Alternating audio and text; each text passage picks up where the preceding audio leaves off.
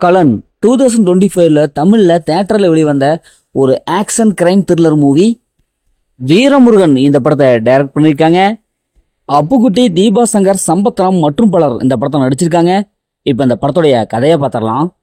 இந்த படத்துடைய ஹீரோ அவங்க அம்மா, தாய்மாமன் இவங்க 3 பேர்த்து கூட ஒரு சந்தோஷமான லைஃபை வாழ்ந்துட்டு இருக்காரு. ஹீரோடைய ஃப்ரெண்டு கஞ்சா வைக்கிற கும்பல்கிட்ட வேலை செஞ்சுட்டு இருப்பாரு. அங்க ஒரு சம்பவம் ஏற்படும்.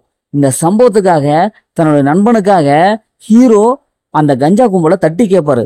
இதனால அந்த கஞ்சா கும்பல் ஹீரோவை கொலை செஞ்சிருவாங்க. இப்போ இதை கொலை செஞ்சது இவங்க தான் அப்படின்னு சொல்லிட்டு அவங்க அம்மா இவங்க கண்டுபிடிச்சிருவாங்க. இப்போ அவங்க அம்மாவும் தாய்மாமன் அப்புக்குட்டி இவங்களாம் சேர்ந்து எப்படி அந்த கஞ்சா கும்பலை பழி வாங்குறாங்க, இறுதியில் என்ன ஆச்சு அப்படிங்கிறதா இந்த படத்துடைய ஆன்லைன். இந்த படத்துடைய பாசிட்டிவ்னாவே அப்புக்குட்டி அவங்களுடைய ஆக்டிங் செம்மையா இருக்கு.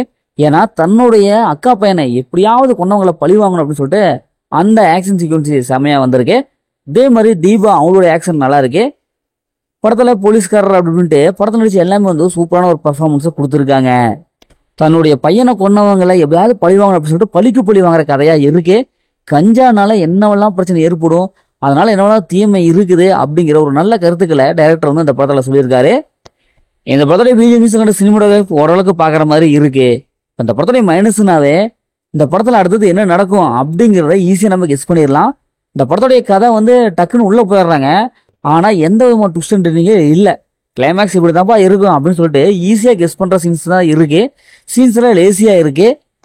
இன்னும் படத்துடைய அந்த பியூட்டி மியூசிக்லாம் இன்னும் கொஞ்சம் திறம்பட வந்திருக்கலாம். ஏன்னா அந்த பியூட்டி மியூசிக்லாம் பார்த்து பழக்கப்பட்ட மியூசிக்கா இருக்கு.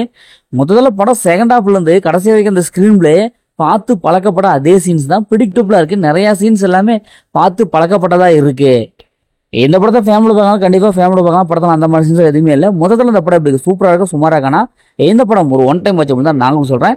ஓகே, இதே மாதிரி அடுத்த ஒரு புதிய மூவி ரிவ்யூ சந்திப்போம்.